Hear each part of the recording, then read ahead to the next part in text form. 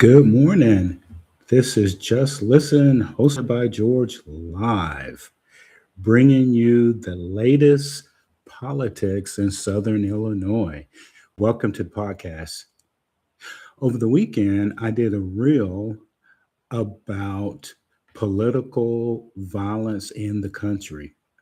And without going into what the reel is, I please encourage you to listen to it. It's about a minute and 10 seconds. I believe the role of an influencer. And if I can influence you at all, I would say look at that reel and then pass it on to other people. And we have to stop the killing of politicians because you disagree with what they say. So check out that reel and just let me know. You don't have to agree. Just tell me that you heard me. Okay, so let's get into what we normally talk about on this podcast. It is the week of February 23rd, and I'm putting you in the know again about what the governor, and if I was running for governor of Illinois, and what the state legislature is actually up to this week. Well, here we go. So, Governor Pritzker and the Illinois General Assembly are rolling out 56 billion fiscal year 2027 budget proposal. So this is starting and it's at the end of February, beginning of March. So this is normally what they're doing. So we'll get more detailed of the details on that as things develop and go forward. Uh, so the governor's administrative priorities are executive energy, executive action on energy. Sorry, it is early in the morning. So the governor signed an executive order which focuses on energy affordability and directs formal inquiry into expanding nuclear power generation in Illinois. Okay. Budget defense. The governor is advocating for federal funding increase for the University of Illinois system. And finally, federal funding demand. Pritzker has publicly called on the federal government to return roughly $8.7 billion to Illinois. Don't know why he is taking that approach. Okay, so to summarize, it looks like that we're starting the budgeting process. And as I've told you in previous ones, my opinion is it's going to be hard for them to have a balanced budget because they owe a lot of money. And the taxation, they're going to ask Illinoisans to put up more money. So this is an election year and you have to decide if you're going to vote in the primary. And I've really been pushing voting in these primaries because you need to put forth the best candidate. And really, this is for the Republican audience to start looking at the candidates, see what they're saying, and then pick the best one who will represent us in November against a two-term incumbent Democratic governor. I want to highlight again the federal funding demand. Okay, so you can demand all you want. There's no legal justification for the federal government to give us additional funding or any funding because, as I've previously have stated, that there are some issues with immigration in the state and how the federal government feels about funding immigration or people in the state that we're not clear what their status is. So the state legislature Full session this week with heavy schedule of committee hearings in Springfield to review the governor's proposals and individual member bills. Okay, so this week they're going to be a little busy. So maybe we can get something done in the state. The only tax related legislation that they're talking about is a tax break for seniors. If they could do that, that would be great. And also, they had to appropriate education. And then they are also reviewing new regulations for data center power and water usage via the Power Act. Okay. Maybe we'll take a deeper look at that in the future. Not really sure. From what I read, there's a little bit of disagreement on who's going to take on this role. Is it going to be the taxpayers making up the difference in taxes, or the companies that are actually bringing in these data centers? So, more to follow on that. So, so as you know, there's a deadline to get stuff passed in the state legislature. And in case you didn't know, there is. And so that's the 13th through the 27th of March. And remember, 17 March is when the primaries are. So keep thinking about that. All right. So, also, there is movement in the legislature for audits. I think that audits are very important. And I would like to know, like several other people in the state, probably most Illinoisans, to where the revenue is going, like the slot machines, the lottery system in general, the tax on cannabis, the tax on groceries, etc. So hopefully that these audits will take place. I personally think that they probably will not. All right, so now let's get to overall affordability in the state.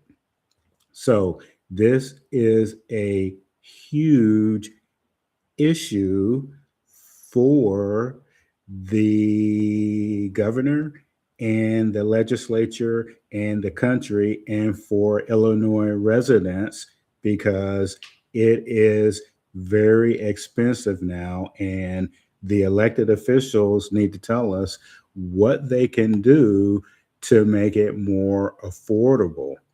Now, let me tell you where we're at currently in Illinois as far as affordability goes. So, Illinois ranks in the bottom half of the US for overall affordability, lower half. All right. So we are currently 37 out of 50. Cost of living index. The state ranks 24 with cost of living index of 95, where 100 is the national average, making it slightly more affordable than US average. So, and if you look at the difference between Missouri and Illinois, so since we're in southern Illinois, we're close to Missouri. So on the news programs, we see what they are doing over there. And then if we can hear anything about the state, which is not a lot, it is better to live there in Missouri than here. So that needs to change. And since it's an election year and I'm plugging it again, we need to vote in the primaries and then again in the general election. Okay, housing affordability. It ranks worst in the Midwest for rental affordability, with significant shortages of units for people coming out of college. Now, I could have used low income. That sometimes is misleading when people say that.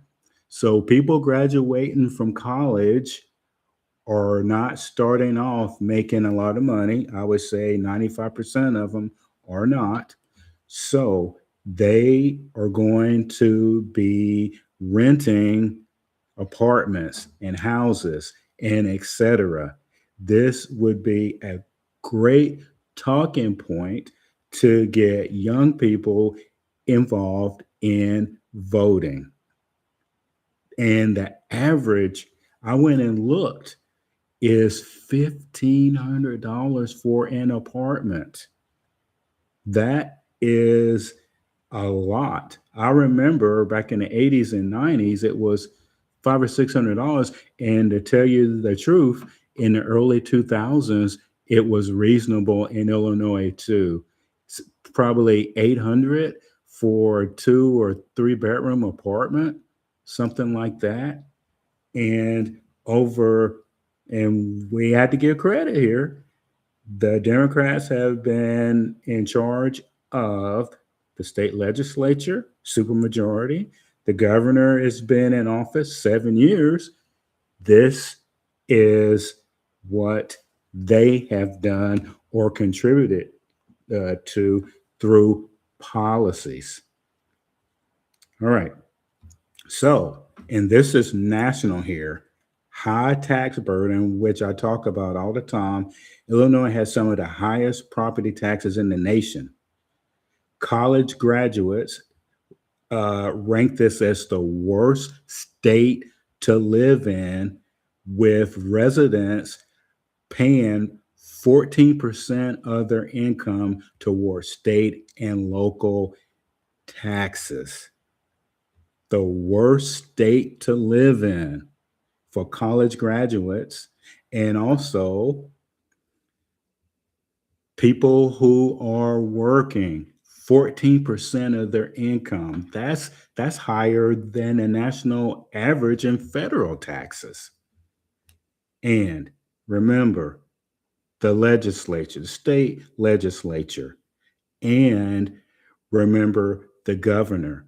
And if you are a young person, and part of the reason why I do the podcast is trying to make you aware that you don't have to get involved in the immigration part or the other stuff that you don't like, but maybe get involved because it is expensive to live in this state. And it's been expensive prior to COVID, prior to 2014 and 15, because property taxes, the sales taxes, and the fact that half of people living in the state aren't paying income tax in the first place. And I'll plug this community tax in again, where everyone pays something. We are a community. Okay, so Chicago's cost of living is set significantly higher than the national average. Well, I have mentioned in the past how they're trying to get corporations to pay more, and how for the residents on the south side, they doubled their property taxes. All right. Despite the ranking high for quality of life, the state's economy consistently ranks near the bottom. It ranks near the bottom consistently, and that's your track record. So, what do we do? Well, I'm going to keep plugging that we need to participate in the primaries. And you don't have to agree with some of what I said, even though these are facts, and you can make your own decision. Vote in the primary, especially if you are a younger voter, because these taxes are definitely going to affect you for the near future. And if you're trying to build a career, boy, it's going to be a little bit tough there. Now, the last thing I want to talk about because I promised to stay at about 15 minutes just to keep a good flow going. So let's talk about the population and voting. There are 12 million, over 12 million Illinoisans in the state. And remember, I said that roughly 8 million of them are registered to vote. And in that part of it, unaffiliated is over 2 million people. The numbers are showing us that the voters have power in this state. And this year, especially, we need to use that power if we want change and maybe recruit the other 2 or 3 million that don't vote at all to get involved and to pick a side, because the way that we're going southern Illinois and the whole state is we need a change.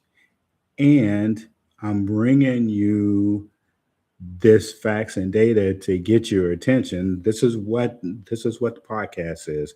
I can do facts and data all of the time. There's only a couple of things that really should get your attention, like taxation. And like I said earlier, if you're not interested in immigration, or you think that the other side is being too nice, etc., that's your opinion and you can have it. But what should bring the state together is this taxation. And also, we are not powerless in Illinois to make the change. We have the numbers. And I keep mentioning this because when I talk to people on the Republican side, they say that we don't have a chance at the governor's race, the Senate race, and maybe in some areas for the legislature, we can make a change. We have to be engaged if we want to change taxation in Illinois. So I got on the soapbox for a second. Sorry about that. I did relay what's important for the week so far, and I will be back on Friday with new information for you. So let's see what the legislature actually gets done this week as far as that budget. The budget is going to be very important for all Illinoisans. So this is Just Listen Live, and I am George, and we will see you on Friday. Have a great